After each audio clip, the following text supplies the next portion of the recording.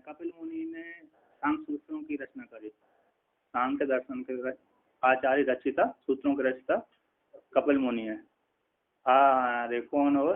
सिद्धानाम कपिलो मुनि, सिद्धों में कपिल हूँ, न्याय के कणा दे और गौतम मुनि, और पूर्व मीमांसा के जैमिनी है, उत्तर मीमांसा के व्यास भगवान है, हो गए।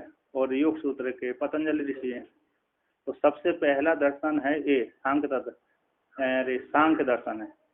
सबसे पहले सूत्रों की रचना हुई तो सांख्य सूत्रों की रचना हुई। इसके बाद में कणाद और गौतम आए। कणाद और गौतम के पश्चात फिर आए हैं ये पतंजलि ऋषि। पतंजलि ऋषि के बाद आए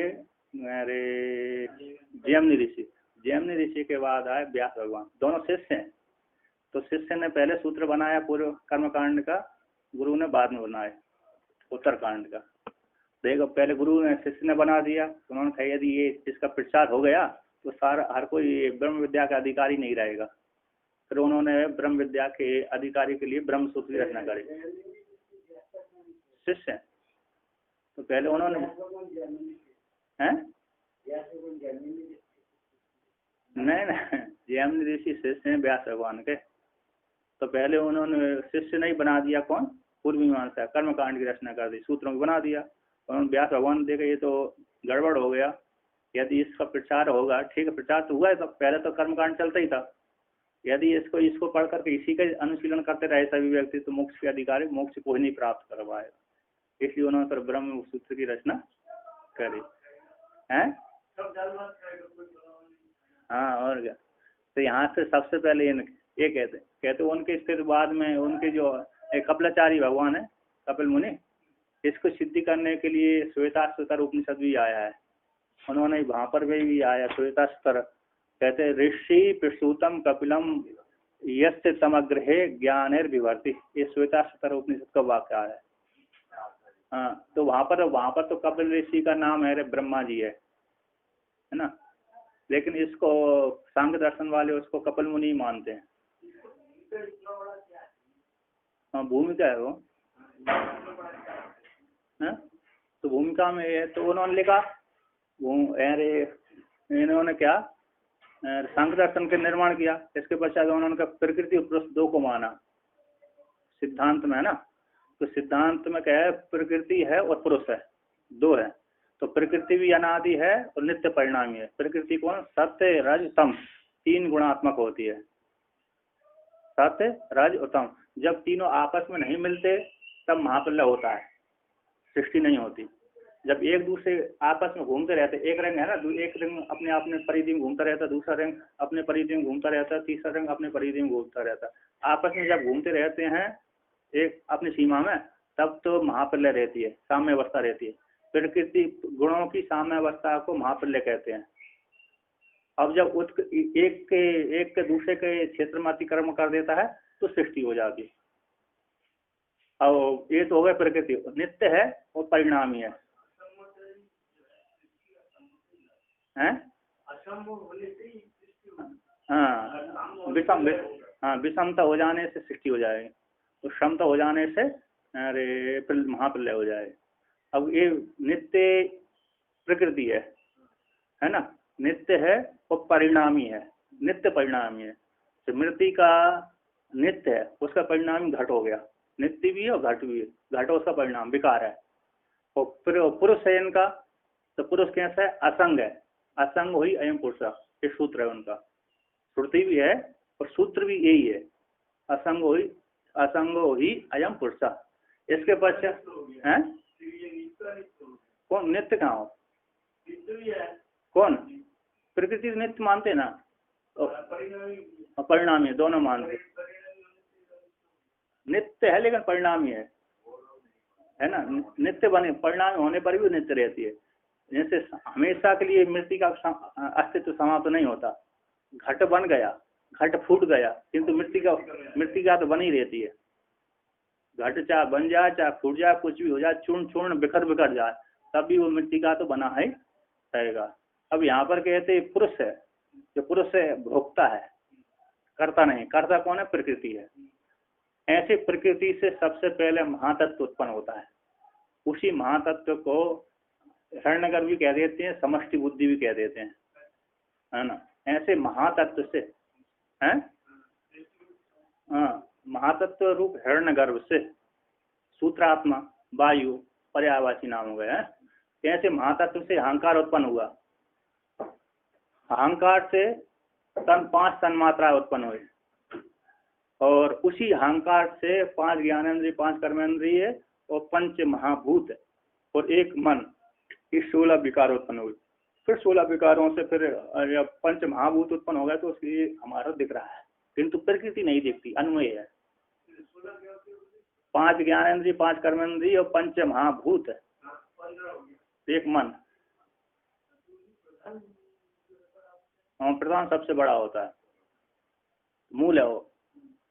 और जो पुरुष है तो वो तो कारण आदि नहीं है, ना कारण है ना किसी कार्य है, तो असंग रहता है। और प्रकृति कैसी है, कारण है कार्य नहीं है, किंतु ज्ञान से मोक्ष मानते, इस प्रकार से वर्णन किए। तो अब यहाँ पर कहते हैं, तो श्वेताक्षर उपनिषद का वाक्य भी है, अजामेकाम लोहित शुक्ल कृष्णाम भैवी प्रजा सृजमानाम नमामः। अजाम एकाम, एकाम अजाम, एक है, एको हम अद्वितीय नहीं है, नाना किंचन। श्रुति वाक्य कहती एक है, द्वितीय नहीं है, प्रकृति दो नहीं है, एक ही प्रकृति है। वो भी कैसी है, अज है, ना जाती थी अजा। अजा बकरी को भी कहते हैं, अजा बकरी को भी कहते हैं। ऐसी जो अज है, स्त्रीलिंग में टाप हो गया, अजा बोल दिया, और पुल्लिंग में अज हो जाएगा। कहते वो अजा जो प्रकृति है कैसी है, लोहित शुक्ल कृष्णाम, 3 गुण वाली है। लोहित शुक्ल कृष्णाम, लोहित हो गया रक्त वर्ण वाली, जैसे छांदोग्य उपनिषद में 3 आए हैं, तत्तेजो असृजता, उसने परमात्मा ने तेज की सृष्टि करी। तेजोभ्यो अद्भ्य सृजता, अन्नम असृजता, अन्न तेज अन्न जल अन्न अद और तेज की सृष्टि करी परमात्मा ने। तो 3 गुण वहां पर हैं। आकाश और वायु तो अदृश्य है, वो तो उपलक्षण हो जाते हैं, है ना। तो वहां पर जैसे 3 गुण, तीन जो रूप देखते हैं ना हमारे, प्रधान रूप से है, दृष्ट है, उसी प्रकार यहाँ पर लोहित शुक्ल कृष्ण जो 3 गुण वाली प्रकृति है। लोहित होगी रक्त गुण वाली, जो सूर्य का तेज जैसा रक्त है कुछ प्रकार का। शुक्ल यानी स्वच्छ हो गया, निर्मल, आकाश की जैसा, आकाश की जैसा स्वच्छ निर्मल है, शुक्ल गुण हो गया, है ना, स्वच्छ निर्मल। और कृष्णाम, पृथ्वी का गुण कृष्ण होता है। अतो जल का गुण कैसा, स्वच्छ होता है। जल का जो गुण होता है सफेद, शुक्ल भास्कर है ना, नहीं, भास्कर शुक्ल होता है, भास्कर शुक्ल, भास्कर प्रकाशित नहीं होता, किंतु ऐसा होता है। तो शुक्ल है, कृष्ण है और लोहित है, 3 गुणों से युक्त हो गई। शुक्ल यानी सत्व गुण हो गया, लोहित यानी रजोगुण हो गया, और कृष्ण यानी तम गुण होगा। ऐसे 3 गुण वाली जो प्रकृति है, एक है। और प्रकृति बहुवी प्रजा सृजमानाम नमामः, कहते हैं आप प्रकृति को नमस्कार करते हैं। कौन, वाचस्पति मिश्र, कारिका लिखी है अन्यों ने, है ना, ईश्वर कृष्ण ने लिखी है। उस कारिका के ऊपर इन्होंने भाष्य लिखा है, वाचस्पति मिश्र ने। कहते हैं ऐसी जो प्रकृति है, उस प्रकृति ने अपने जैसी प्रजा सृष्टि करी। कैसी सृष्टि करी उसने, भावी प्रजा, बहुत सी प्रजाओं को उसने सृष्टि उत्पन्न किया। प्रजा है ना, सृजमानाम, सृष्टि करी, अपने समान जैसी वो है प्रकृति, उसी के जैसी उसने सृष्टि करी।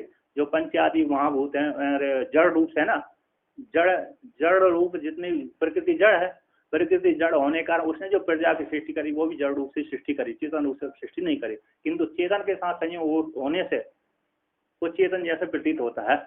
बुद्धि जड़ है, तो बुद्धि जो महातत्व जड़ है, किंतु चेतन के साथ संबंध हो जाने से उसको जो चिदावाद जीवात्मा संग पड़े, चेतन जैसी प्रतीत होता है ना। पुरुष तो असंग है, उसकी सृष्टि आदि नहीं होती, किंतु जो बुद्धि तत्व जो सृष्टि करी उसने, बुद्धि तत्व को, महातत्व को, वो तो जड़ है। जैसे प्रकृति जड़ है, उसका कार्य भी जड़ होना चाहिए, होगा, है ना, उसी प्रकार। किंतु वो चेतन दिखती है बुद्धि, क्यों दिखती है, क्योंकि पुरुष के साथ संबंध उसका हो गया। इस प्रकार से कहते वह प्रजा सृजमानाम नमः, ऐसी वो जो उसने निर्माण किया ऐसी प्रजा अपने सदृश, अपने से भिन्न नहीं, भिन्न रूप से नहीं सृष्टि करी, अपने सदृश जैसी अपन अपने जैसे ही जो सृष्टि करी ऐसी प्रजा को सृष्टि करने वाली उस प्रकृति को सृजमा नाम, सृष्टि करने वाली उस प्रकृति को नमामः। कौन नमाम करते हैं? वाचस्पति मिश्र। अब कहते हैं जो प्रकृति को नमस्कार करके अब पुरुषों को भी नमस्कार करते हैं, वयम नमामः, वयम नमामः, वयम नमामः श्रेष्ठ पुरुषों के लिए बहुवचन का उपयोग किया जाता है। हाँ, हम नमामः है तो हम भी बोल सकते हैं नमामः, किंतु श्रेष्ठत्व है, आदर के लिए है ना। आदर के लिए जो आदर जिसको देना है उसके लिए बहुवचन होता है ना, अपने आदर स्वयं के लिए तो नहीं होता, किंतु नमाम बहुवचन का प्रयोग है ना। किंतु अरे श्रेष्ठत्व है, विद्वत्व है, अथवा सम्मान के लिए सम्मान सूचक है, सम्मान बहुवचन का प्रयोग नहीं करना चाहिए, किंतु अरे उसमें भी श्रेष्ठत्व को लेकर के बहुवचन प्रयोग किया जाता है। अपने को भी निकृष्ट क्यों बताना, अपने को भी निकृष्ट क्या है बताना।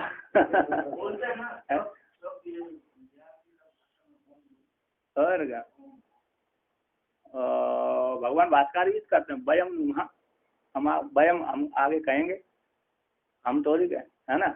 वयम तो भगवान भास्कर भी करते हैं, कई जगह प्रयोग करते हैं वयम का, है लेकिन उनका भाव हम सभी लोग नमस्कार करते हैं। बहुत से लोगों शिष्य ले चलो अरे हम एक को न लेकर के बहुवचन ले लिया, मतलब सभी लोग, हम सभी लोग उस प्रकृति को नमस्कार करते हैं, उस प्रकृति को आश्रय बना करके रह रहे हैं, उस प्रकृति हमारे ऊपर कृपा कर देती है तो मुक्त हो जाते हैं।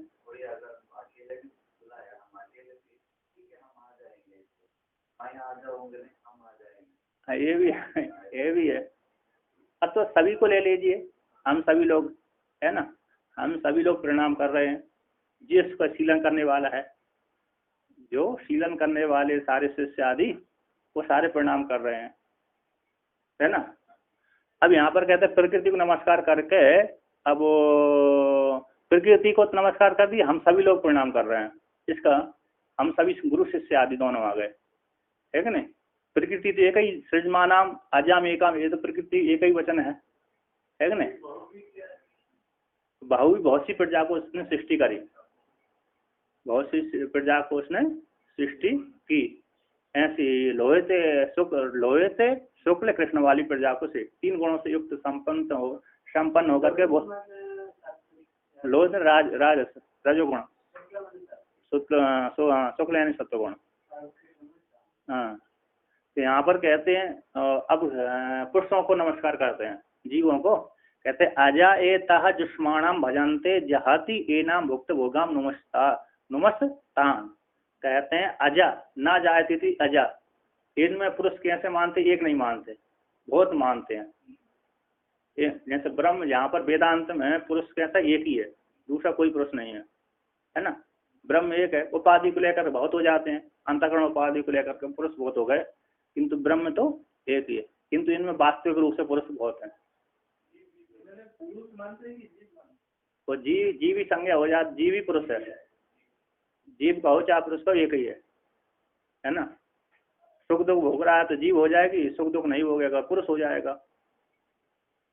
किंतु वो बहुत होते हैं, एक नहीं होते। जब जिसको ज्ञान हो गया वो जैसे समुद्र में पड़ा रहता है, कौन सा शंख सोना चांदी आदि पड़े रहते हैं, ऐसी स्वरूप में पड़े रहते हैं मुक्त होकर के, क्योंकि बहुत माने हैं ना पुरुष।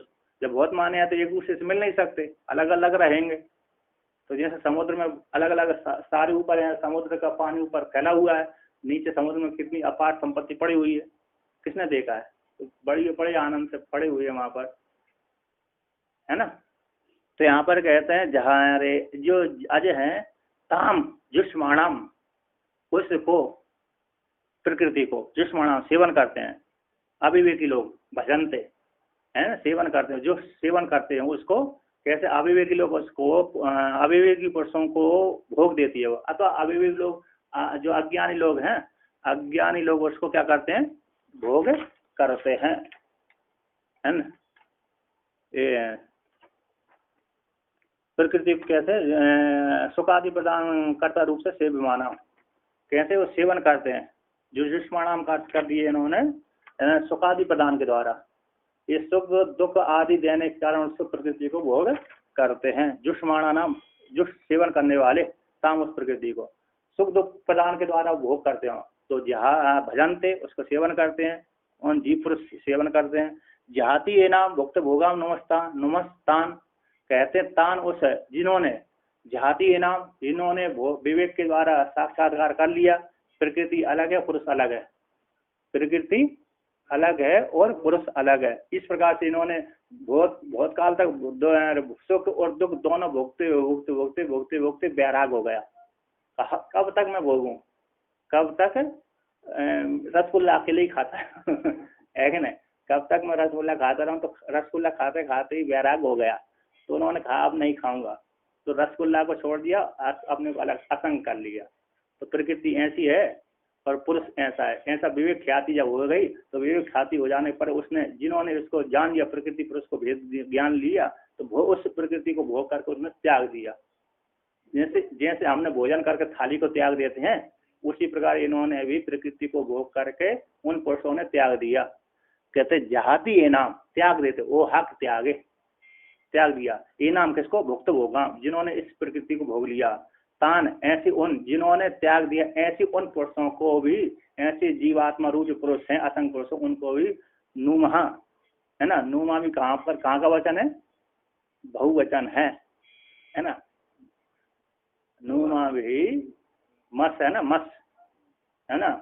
तो वयम नुमहा है, हम नमस्कार करते हैं, हम सभी लोग नमस्कार कर रहे हैं।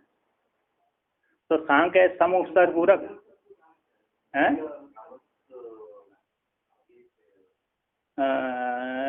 नुम धातु है, नु धातु, नुम मस पड़ता है, नु धातु अणु, अणु हो जाएगी, अणु, अणु को नु बन जाएगा।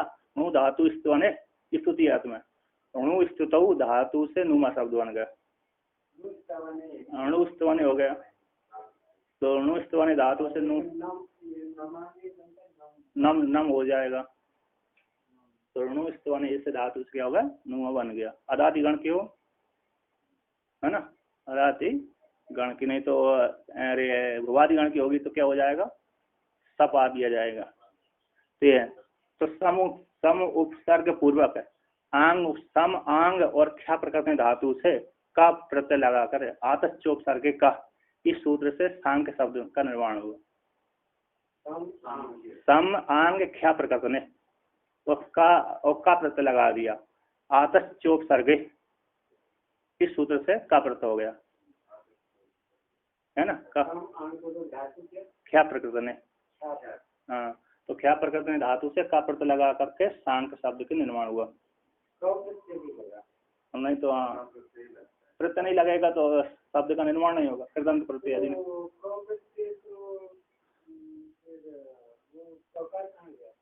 अकार का आवश्य, कृदंत प्रत्यय का अवस्था है। तो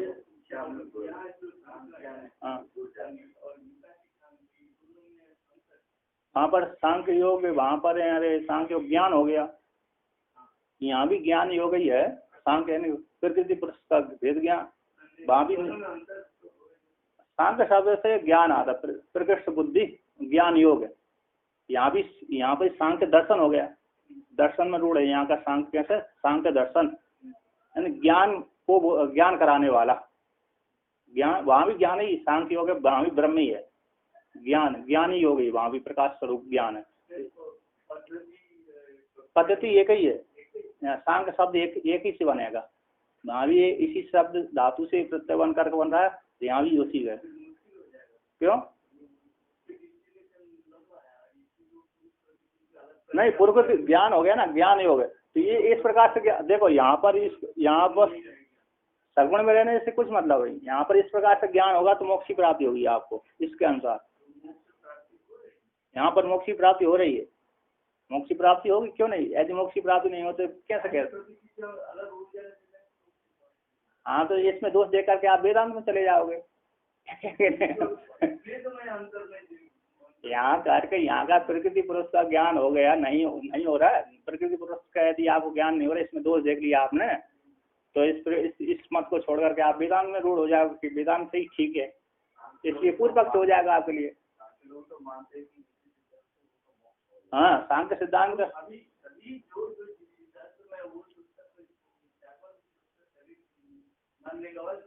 हाँ तो इसलिए हाँ तो उनके सिद्धांत में उनका मोक्ष हो गया। अब हम जो मूल सिद्धांती है जिसको ब्रह्म ज्ञान लेना है, तो देखे ये मत वाला तो दोषी है, ठीक नहीं लग रहा, तो इसको छोड़कर क्या चला जाएगा, अद्वैत में प्रतिष्ठित हो जाएगा।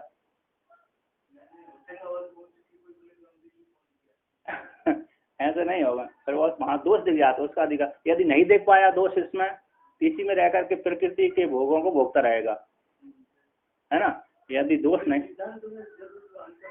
सिद्धांत में नहीं, सिद्धांत में अंतर इतना है,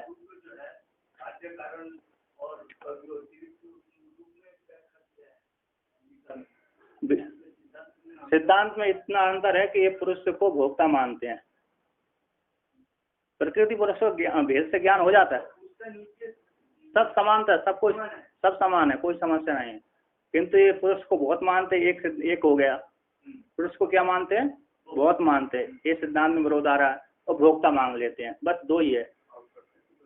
और प्रकृति नित्य मान लिया, प्रकृति नित्य मान लिया, पुरुष को भोक्ता मांग लिया, और पुरुष बहुत हाँ सृष्टि जड़ होकर के इतना भेद है। हाँ ईश्वर नहीं, पुरुष तो ब्रह्म है, पुरुष तो ब्रह्म हो गया, है ना। प्रकृति को ईश्वर बना दिया, यहाँ पर प्रकृति ईश्वर है। हाँ उससे वो सभी दर्शनों के ऊपर उन्होंने टीका लिखी है, 6 दर्शन, 12 दर्शन आचार्य रहे, तो 6 दर्शनों के ऊपर टीका है उनकी। हाँ तो यहाँ पर आगे कहते हैं, देखिए अब यहाँ पर तो प्रकृति पुरुष का नमस्कार हो गया, अब इसके परंपरागत है, परंपरा जिन्होंने चलाई है, तो कहते हैं यहाँ पर कपिलाय महामुनये मुनये शिष्याय तस्य चासुरय।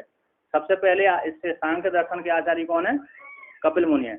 ऐसे कपिल मुनि के लिए महामुनि, मुनियों के मुनि महामुनि होते हैं, है ना। सिद्धानाम कपिलो मुनि, यहाँ पर इन्होंने वर्णन किया, है ना।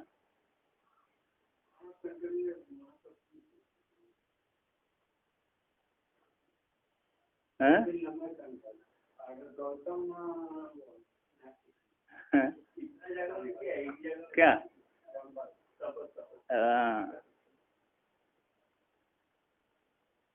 यहाँ पर इन्होंने टीका लिखी है, कहते हैं जो पुरुष है ना, यद्यपि परमार्थ दृष्टि से पुरुष से पुष्कर पलाश के समान निर्लेप है, असंग है। अजा का अर्थ किया है टीकाकार ने, अजा कैसे हैं, अनादि जीवात्मा है, संसारी और पुरुष कहलाते हैं। कहते हैं यद्यपि पारमार्थिक दृष्टि से पुरुष से पुष्कर पलाश के समान निर्लेप रहते हैं, असंग कहलाते हैं। भोगादय विकार, कहते चित्त के जो धर्म है, कैसे चित्त धर्म, जो भोगादय किसके बोलते हैं, चित्त के धर्म कहलाते, जो हम सुख दुख आदि भोग होते हैं, चित्त के धर्म है। तो यहाँ पर कहते तथापि चित्ती और चित्त का, हाँ तो ये भी नहीं, ये नहीं सुख दुख यहाँ भी ये बुद्धि के ही धर्म बतलाते हैं। चित्त यानी बुद्धि, चित्त यानी बुद्धि हो गए, चित्त नहीं बोला मैंने। ये अरे इसमें दो नहीं, चित्त जहाँ बुद्धि, तत्व बुद्धि हो गया, अहंकार हो गया, मन हो गया, 3 को मानते, चित्त को उसी बुद्धि में अंतर्भावित हो गया। हाँ चित्त 4 अंतःकरण मान रहे हैं ना, तो 4 में से चित्त नहीं मानते हो, तो महातत्व आ गया, बुद्धि और चित्त एक ही हो गया, ठीक ना। बुद्धि और चित्त एक ही हो गया, अहंकार अलग है ही स्वतंत्र, मन अलग है ही इंद्रिय। हाँ और मन को यानी इंद्रियों के अंतर्गत डाला है, 5 ज्ञानी 5 कर्मेंद्रिय, हाँ कोटि में डाला है, उत्पन्न होता है वो। तो आगे आएगा, यहाँ पर इन्होंने कहती देखो कैसे उनका ज्ञान हो, कहते हैं चित्ती और चेतन का, चिति और चित्ती और चितयो दोनों की शक्ति शक्तिमान के समान, शक्ति और शक्तिमान के समान अभेद ग्रहण होने से पुरुष और चित्त वृत्ति, पुरुष और चित्त वृत्ति पुरुष और चित्त की वृत्ति दोनों को अपने में आरोप करके मैं सुखी हूँ, मैं दुखी इत्यादि, मैं मूल कर्ता भुक्ता इत्यादि को लेकर के इत्यादि रूप से अध्यवसायी के निश्चय कर लेता है ना। यह था जैसे उदाहरण दिए इन्होंने, आपके में ठीक है नहीं ना। हाँ, तो यहाँ पर कहते यह था जैसे कच्चित कोई पुरुष है ना, कोई पुरुष मलिन दर्पण में स्वयं के मुख को देख करके अवलोकन करके उसी मलिन दर्पण के प्रतिबिंब, मलिन दर्पण में जो प्रतिबिंब देखता है ना, तो प्रतिबिंबित मुख में आरोप करके मदी मेरा मुख मलिन है, मेरा मुख कैसा है, मलिन है, उत्पन्न होगा इत्यादि रूप से वो सोचता है। कहते हैं इस प्रकार से पुरुष के भोग औपाधिक है, ना तो वास्तविक है।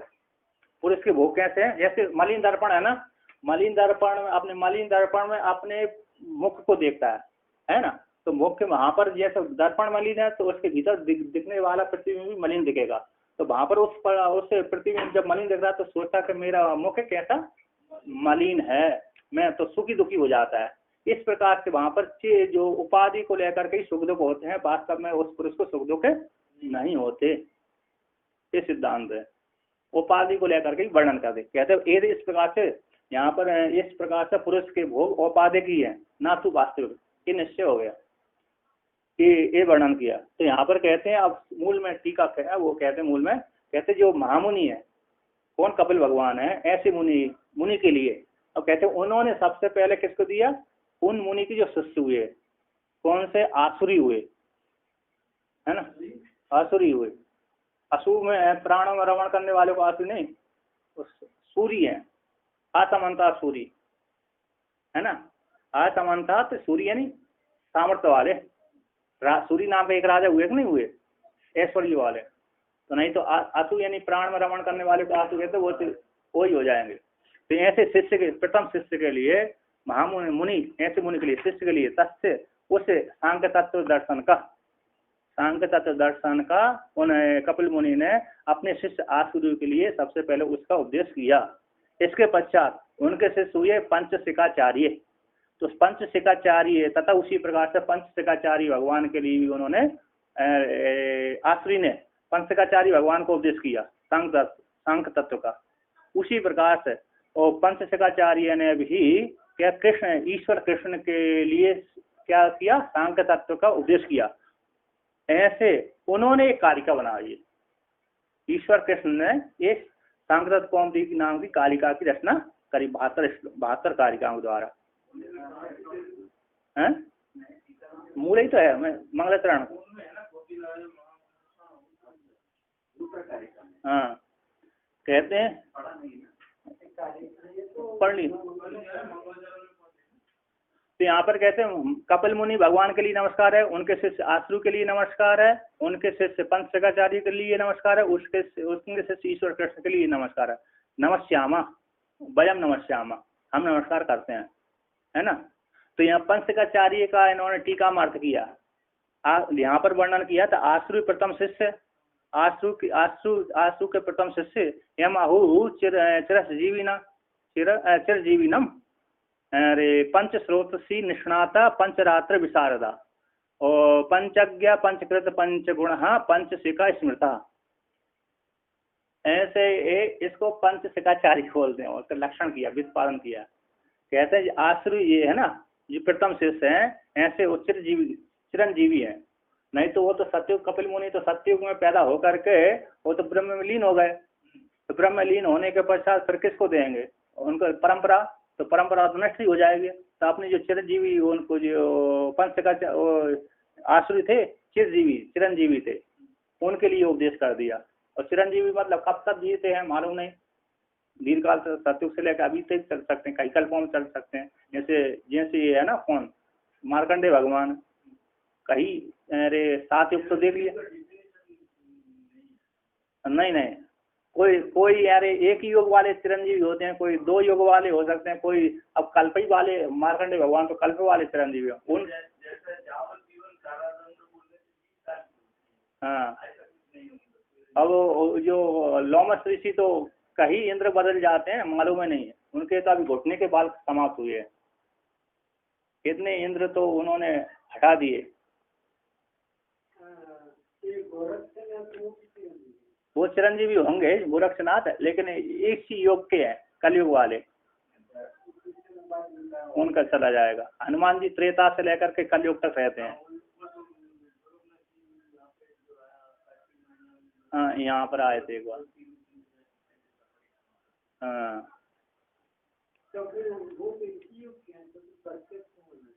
तो उसमें क्या सिद्ध हो गए, हो सिद्ध योगी नहीं हुए, हो जाते हैं। नहीं नहीं नहीं, वो भी दर्शन दे देंगे, आप तो कुछ करो। तो यहाँ पर कहते हैं पंच स्रोत किसको बोलते हैं? ज्ञान, उपासना, कर्म, लोक व्यवहार और परलोक के विषय में जिसको ज्ञान हो उसको पंच स्रोत बोलते हैं। नहीं तो पंच गंगा बोलना पड़ेगा। पंच गंगा, पंच स्रोत में जो स्नात है। और दूसरा कहते हैं पंचरात्र विशारदा। पंचरात्र अरे है ना, पंचरात्र विशारदा, पंचरात्र का कोई ग्रंथ होगा उसमें विशारद होंगे। तो हमारे पंच तत्वों का जो शरीर बना है ना, पंच तत्वों का वो 5 रात्र है, भक्ति का ग्रंथ है। हो सकते है विष्णु भगवान में निष्ठा रखने वाले होंगे, है ना, पंचरात्र में। अथवा पंचभूतों के ऊपर जानने वाले, पंचभूतों के कैसे विशारद होंगे, पंचभूतों के मूल स्वरूप को जानने वाले। अब पंचभूतों को मूल स्वरूप जान लिया तो आत्मा को जान लिया। पंचज्ञ, 5 को जानने वाले, 5 ज्ञानी, 5 कर्मणी, पंच प्राण आदि जो पंचक होता है ना उसको जानने वाले। जितने ही पंचक शब्द से कह दिया उनको सबको जानने वाले। पंचकृत, पंच कर्म करने वाले, पंच यज्ञ भी आते हैं, पंच कर्म करने वाले करते। ऐसे पंच गुणा शब्द इसका स्वरूप रस गुण, ये पंच गुण होते हैं। ऐसे पंच शिखा बोलते, 5 शिखा उनकी रहती है, उनको पंच शिखाचार्य बोलते हैं। एक अर्थ है, एक पंच शिखाचार्य, दूसरा अर्थ विकल्प कर रहा है। जटा बन्नी शिखा रूपा पंच संति च मस्तके तपस तेजो भवा यश सा च पंच शिखा स्मृता। कहते हैं जटा बन्नी शिखा रूपा है, पंच संति च मस्तक है, जिसके मस्तक में भयंकर तपस्या करने से अपने आप है उसकी जो शिखा 5 अग्नि की जैसे चमकने लगी। इतनी तपस्या करी, उनकी शिखा कैसी, जटा ही अग्नि जैसे अग्नि प्रकाशित होती है ना, ऐसी 5 शिखा उनके रखते होंगे वो 5 शिखा वाले। खड़ा हो गया तो अग्नि के जैसे प्रकाशशील हो जाए, अग्नि जैसे प्रकाश करती उसी जैसे। जटा बन्नी शिखा, जटा ही बन्नी शिखा वाले हुए। जटा कैसे हो गई, अगर निकल रही है जैसे निकल, बहुत से लोगों में निकलते हैं, बहुत निकलती, जिसका तपस्या तेज उसके ऊपर से अग्नि निकलती है। आपने नहीं छांदोग्योपनिषद नहीं पढ़ा, वहाँ पर वो भल्ल भल्ल भल्ल, इसके ऊपर से मत जाइए, यदि तुम जाओगे तो अच्छी यानी तुम जल जाओगे। एक हंस पीछे आगे के हंस, पीछे के हंस आगे के हंस वाले से बोलता है, ए वो भल्ल भल्ल भल्ल, तुम इसके ऊपर समझ जाए, जनश्रुति राजा के ऊपर समझ जाए, यदि उसके ऊपर से जाओगे तुम भस्मीभूत हो जाओगे। क्या उसने कैसे उसका देखो, उसका तेज यहाँ से पृथ्वी लोक से लेकर स्वर्ग लोक तक जा रहा है, यदि उसके बीच से निकलोगे तो क्या हो जाओगे, भस्मीभूत हो जाओगे। तो उसने वहां पर काट दिया। अरे उससे तेज तो रैक्व का है, वो क्या है, रैक्व को विद्या देने के लिए सारे ऋषियों ने अथवा देवताओं ने यह सब हंस का रूप धारण किया और वार्तालाप किया। तो छत पर सो रहा था गर्मी के समय, वो जनश्रुति, उसने कहा अरे मेरे से बढ़कर कोई दूसरा है जिसके पास जान चढ़ी है। तो चला गया वो। उसी प्रकार वहां पर कहाँ का था वो वहां का था, रैक्व वहां रहता था रामेश्वर में। हाँ, रामेश्वर में एक नदी के कुंड के किनारे रहता था, समुद्र के किनारे रामेश्वर में किसी कुंड के किनारे। लकड़ी छकड़ी बैल तो नहीं थे, वो छकड़ा ही थे, जैसे साइकिल में गाड़ी बना लेते हैं धक्का देते हैं, अतः बैल भी होंगे, बैल को नहीं तो नहीं है। लकड़ा रख दिए, जब जहाँ गया वहीं रोक लिया गाड़ी को। तो यार गाड़ी में ही सारे छकड़ा अपनी सामग्री, रहने की सामग्री खुजली होती रहती थी। हाँ, पूरा व्यवस्था करके ले जा, साइकिल में धक्का लिया उसने। जहाँ पर घाटी आई कई लोग उस मदद ले लिया तो घाटी चढ़ा देते हैं। तो ऐसे वहां पर रहता रहा, रामेश्वर में कहानी है ये।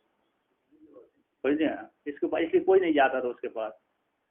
जनश्रुति ने वहां पर विद्या ली, संवर्ग विद्या। तो ऐसे इसके बन्नी रूप जटा है, जटा ही बन्नी रूप शिखा है।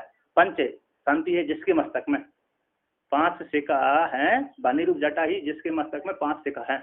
ऐसी तपो तेजो हवा, तप रूप तेज के द्वारा उत्पन्न हुई है जिसके सर पे उसको पंचशिखा स्मृत, उसको 5 शिखा वाला पंचशिखाचार्य कहते हैं। ऐसे पंचशिखाचार्य ने अपने शिष्य ईश्वर कृष्ण को इस सांख्य तत्व का, सांख्य दर्शन का उपदेश किया। सांख्य ब्रह्म विद्या, सांख्य हो गई यहाँ पर ब्रह्म विद्या। उन्होंने वो ब्रह्म विद्या को लेकर के निचोड़ जान करके 72 कारिका में इस कारिका की रचना कर दी ईश्वर कृष्ण ने। हाँ, ईश्वर कृष्ण ने और इनके 6 अध्याय 7 अध्याय जितने भी हैं, कपिल मुनि के तो है शास्त्र है, सूत्र है। हाँ, रचना ही तो किया, रचना तो बिना रचना कैसे करेंगे, उपदेश करेंगे। तो सूत्रों की रचना उन्होंने करी है, सूत्र के आचार्य, सूत्र की सिद्धांत की रचना करने वाला वो सूत्र है। जैसे ये ब्रह्म सूत्र है, उसके ऊपर भाष्य 6 अध्याय में कहीं होंगे 500 600 1000 सूत्र। और कौन देखा कौन है ना, 6 अध्याय में है, 6 भी होगा, आगे बीच बीच में आता रहेगा कहीं कहीं। तो यहाँ पर कहते ज्ञान, यहाँ पर ईशावास उपनिषद में वर्णन किया, सवाल उपनिषद में, यश देवे परा भक्ति यथा देवे तथा गुरु तस्ते कथिता याता प्रकाशनते महात्मना। सवाल उपनिषद और ईशावास उपनिषद में वर्णन किया। परिणाम क्यों कर रहे हैं, है ना, परिणाम इसलिए करते हैं, यश देवे पराभक्ति, जिस प्रकार से देवता में पराभक्ति होते है उसी प्रकार देवता में, जैसे देवता में होते उसी प्रकार गुरु में होना, है ना।